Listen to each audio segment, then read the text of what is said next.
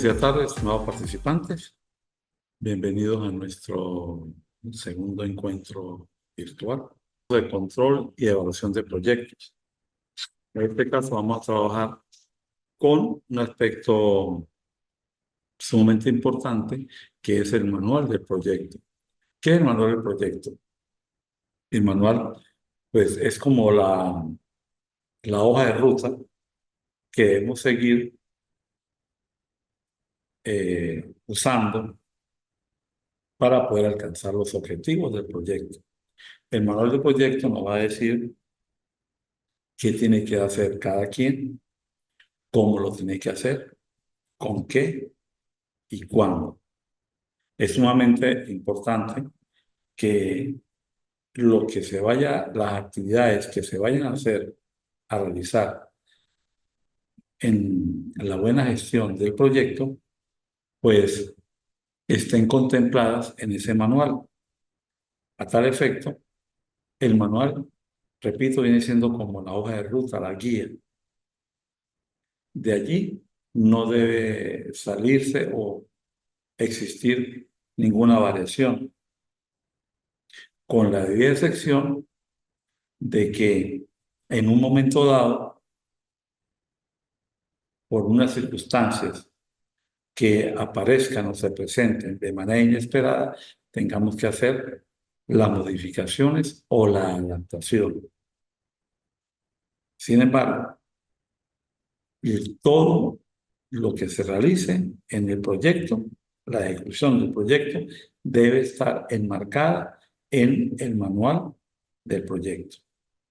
El manual del proyecto es un instrumento vivo que irá modificando y adaptando a lo largo del ciclo de vida del proyecto, pudiendo ser modificado en la fase final si lo comparamos con la versión del inicio del proyecto.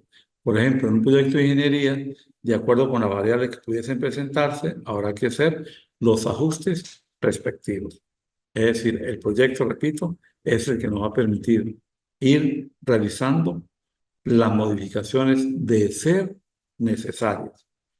Muchas veces los logros o los resultados del proyecto son muy diferentes a lo que se ha planteado al principio.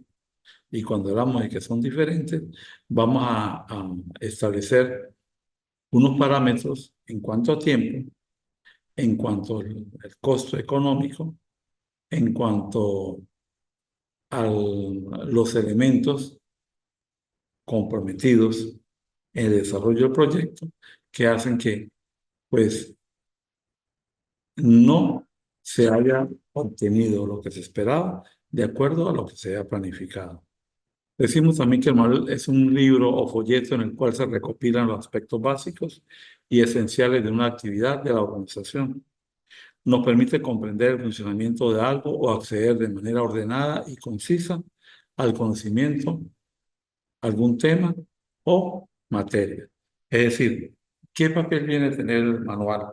Pues simple y llanamente aquel que nos dice cuál es la dirección de lo que vamos a realizar y cómo lo vamos a realizar ante cualquier duda, ante cualquier inquietud, ante cualquier inconveniente, pues debemos inmediatamente referirnos al manual. El manual debe y está contemplado todo lo que hay que hacer y que es también lo que no se debe hacer. En cuanto al manual del proyecto, sirve para lograr el propósito de establecer una única forma de realizar una actividad y ejecutar cada tarea de acuerdo con las normas y políticas de una organización y así poder mejorar su eficiencia. Es decir, vamos a que cada actividad, cada proceso, cada paso que hagamos esté contemplado dentro del manual. No puede hacerse como yo quiero o como quiere otra persona. No, es como establezca el manual. Para eso, ¿por qué surge el manual? El manual surge como resultado a un tipo de reuniones en las cuales han presentado una propuesta de un equipo multidisciplinario y cada profesional en su área, de acuerdo a su capacidad, de acuerdo a su experiencia y de acuerdo a su responsabilidad, ha hecho sus aportes. Toda esa información se ha transcrito y se ha convertido en un texto, en un libro, en un manual. Y ese manual es lo que nos va a ir marcando el desarrollo del proyecto, cada actividad, cada proceso. En este caso vamos a hablar de un proyecto industrial para colocarlo, para que se vea de mejor forma o se comprenda el mensaje de una manera más clara, ¿no? Los proyectos industriales son aquellos empleados principalmente para modernizar plantas y espacios productivos, desarrollar nuevas instalaciones y realizar reconfiguraciones de fábricas. Esto en cuanto a un proyecto industrial, pero también podríamos hablar de un proyecto sanitario en el cual se busque maximizar el grado de atención médica a determinado sector poblacional y dentro de ese grupo, qué tipo de personas, o bien sean niños, o bien sean adultos, o sean varones, o sean mujeres.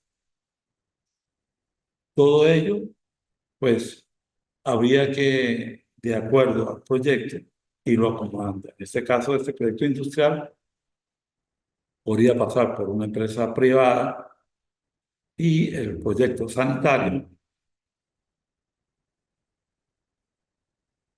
por una empresa o institución pública del Estado. ¿Cuál es la importancia de los manuales y las características? Los manuales funcionan como una fuente de consulta y un medio de inducción, ya que definen e informan la manera de llevar a cabo las actividades de la empresa. El manual es sumamente importante porque, repito, nos va a ir marcando el camino, el sendero a seguir. Dentro del manual todo y fuera del manual, pues el que haga la variación, pues debe asumir las consecuencias. Eso no quiere decir que el manual es una camisa de fuerza. No. Sin embargo, para salirse del manual, debe responder a circunstancias o variables que obliguen a que lo que se tenía planificado, la actividad o el proceso planeado, no se desarrolle de esa manera, sino de otra. ¿Cuáles son las características de un manual? Pues deben contener un material de apoyo, es decir, glosario de términos, flujogramas, recomendaciones, anexos. Ese material debe realizarse una vez terminado el cuerpo del manual, de modo tal que puedan incluirse en él referencias oportunas. Es decir, tenemos como todo trabajo, como todo texto, una introducción, un desarrollo que es el contenido, unas conclusiones, unas referencias y unos anexos. En estos anexos vamos a conseguir lo que son los programas, los glosarios, todo ello que le va a dar base o fundamento a lo que se tenga planificado en el desarrollo de cada proceso o de cada actividad del proyecto. En el contenido del manual debe poseer una información básica, ¿no? Y debe ser algo tan característico como es una portada donde se identifique el procedimiento que se va a escribir en ese manual, el logotipo de la empresa, un índice y una introducción. Asimismo, en la estructura del contenido del manual vemos un título, que es lo primero que aparece en el documento, un objetivo, un marco normativo, revisiones y responsables, la descripción de los procesos, el diagrama de flujo, el glosario de términos, cualquier otro anexo que se le quiera colocar a este manual, pues es bien visto. Esto no quiere decir que solo, única y exclusivamente debe llevar esto, no. Cada quien, de acuerdo al proyecto que se esté realizando, lo va a ir eh, haciendo más grande, más sólido, más claro, más preciso. Pero fíjense que hay un elemento muy importante, ¿no? Las revisiones y los responsables. ¿Quiénes revisaron meticulosamente ese manual? ¿Y quiénes se hacen cargo de la responsabilidad del manual? Son elementos que no deben perderse de vista. En cuanto a la estructura analítica del proyecto, tenemos varios pasos. Primero que nada, vamos a encontrarnos con los fines del proyecto. Los fines del proyecto, pues, es la solución a un problema, es la corrección de una circunstancia, es la modificación de una situación irregular, conflictiva. Básicamente, eso es el fin del proyecto. Por eso es que surge el proyecto. Por eso es que se hace el proyecto. Porque para definir cuál es la importancia para definir el proyecto, ¿por qué es importante? ¿Sí? Entonces, es importante porque viene a solucionar, viene a minimizar, viene a corregir, viene a enmendar, viene a adaptar la anomalía, la irregularidad, la variable, la circunstancia, el conflicto, el problema que se está presentando o que pudiese presentarse si estamos hablando de un proyecto a futuro. ¿Y cuál va a ser el fin que se genere o el impacto que se genere a largo plazo? En segundo lugar, tenemos el propósito del proyecto. Es el resultado o efecto de tener culminado el proyecto. Acorde a la metodología de marco lógico, el título del proyecto tiene origen desde el propósito, y es por eso que en la matriz de marco lógico debe existir uno por proyecto. Es decir, cada proyecto debe tener un propósito, y recordemos que cada propósito tiene unos procedimientos, unos procesos, y estos a su vez tienen unas actividades. El propósito se ha logrado a través de la producción e implementación de los componentes. No te va a bastar con tener hechos los componentes o productos. Para conseguir el propósito, lo debes utilizar. Es decir, ¿qué requiero yo para desarrollar el proyecto?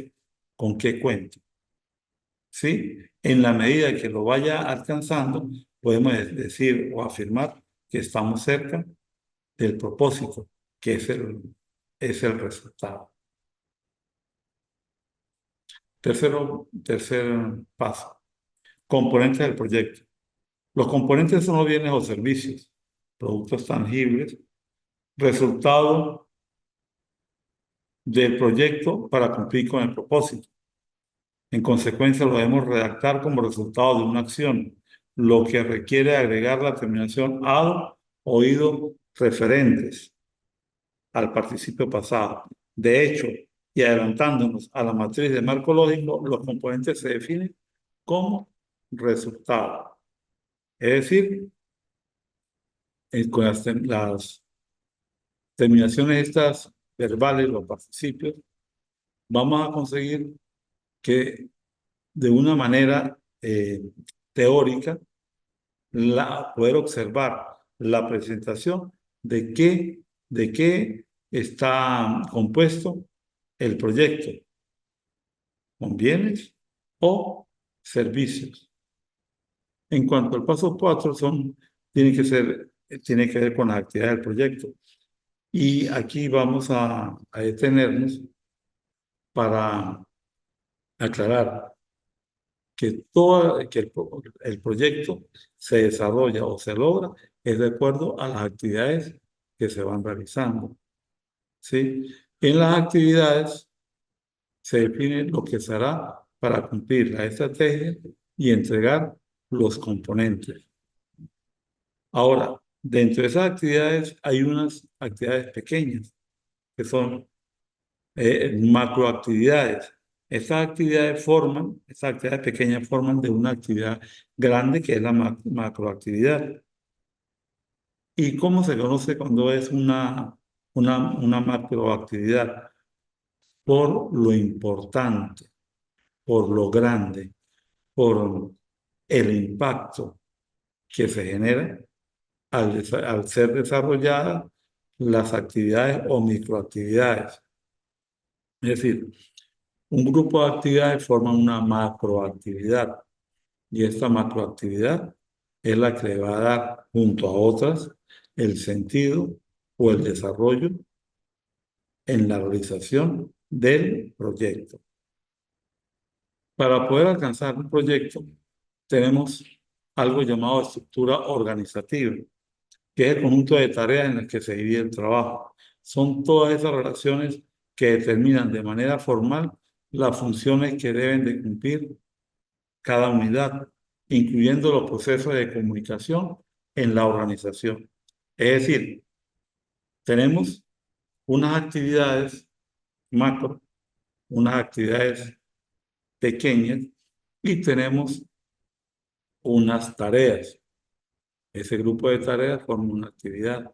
Ese grupo de actividades forma lo que se conoce como una macroactividad. Y para ello todo debe estar estructurado, organizado. Para de esa manera poder ir desarrollando de forma clara, precisa y segura el proyecto. La creación de la estructura organizacional de una empresa consta de dos pasos: analizar subtareas y definir metas de la organización, para después llevar un control de evaluación de los objetivos, síntesis y reparto de las tareas. Es decir, fíjense que tenemos dos pasos. Una que es analizar las tareas y subtareas, y otra que son las metas de la organización. En la medida que vayamos desarrollando las subtareas, que a su vez conforman las tareas, pues estas se irán alineando con los objetivos de la organización, con los objetivos o propósitos del proyecto.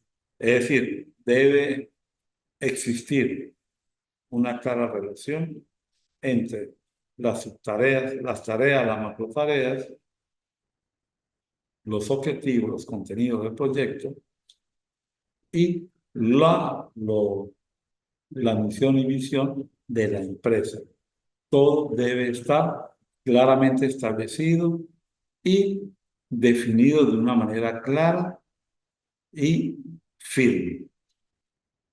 Para que todo funcione en la empresa, pues debe existir un sistema de información, el cual va a colaborar de tal manera que no se vaya a desviar o a desvirtuar la información, el mensaje, la comunicación. En un conjunto integrado de personas y equipos que tiene por objetivo proveer a una organización de la información necesaria para apoyar las operaciones, la administración y la toma de decisiones. Por eso, en este sistema de información es el que permite que un grupo de personas puedan hacer uso correcto de la información. Y como decía yo, no desviarse de lo que está planteado. También tenemos que un sistema de información es el conjunto de técnicas, herramientas y agentes involucrados en la administración y uso de datos para la obtención de objetivos empresariales. Estos sistemas ayudan en la gestión de la información que produce y utiliza una organización para el mejoramiento de procesos y operaciones. Fíjense, técnicas, herramientas y agentes involucrados. Todos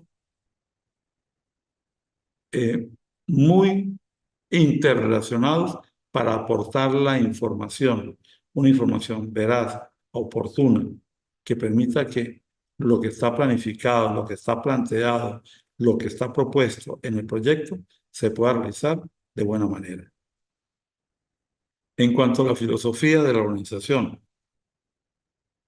tenemos que estar diseñada para conectar los significados de la existencia de la organización con los significados del trabajo de quienes son empleados en ella para encontrar consenso y armonía.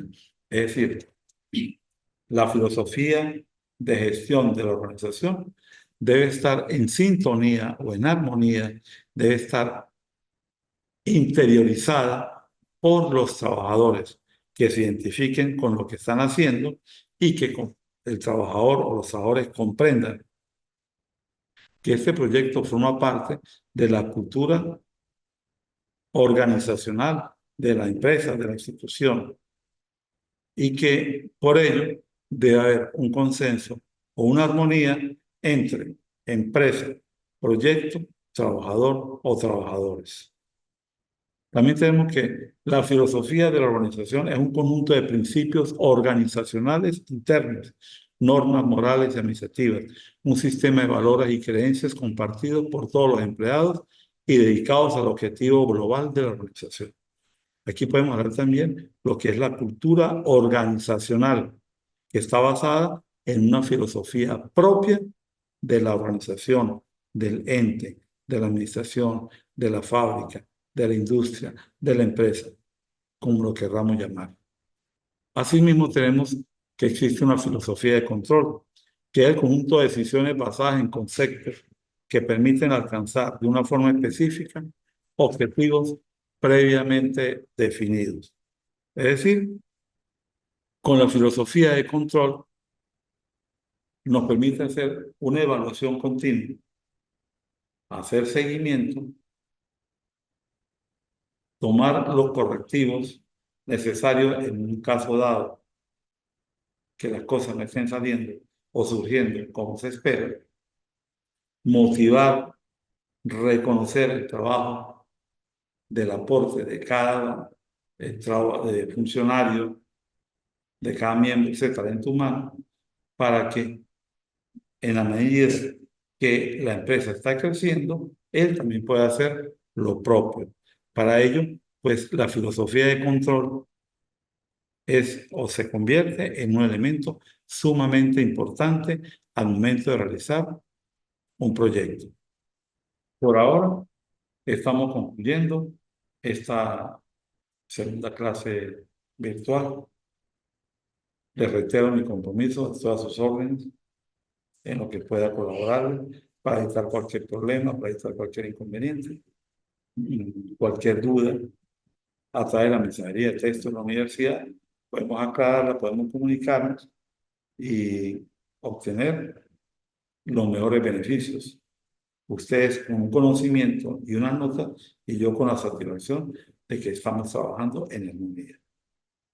Sin más, feliz y bendecida tarde.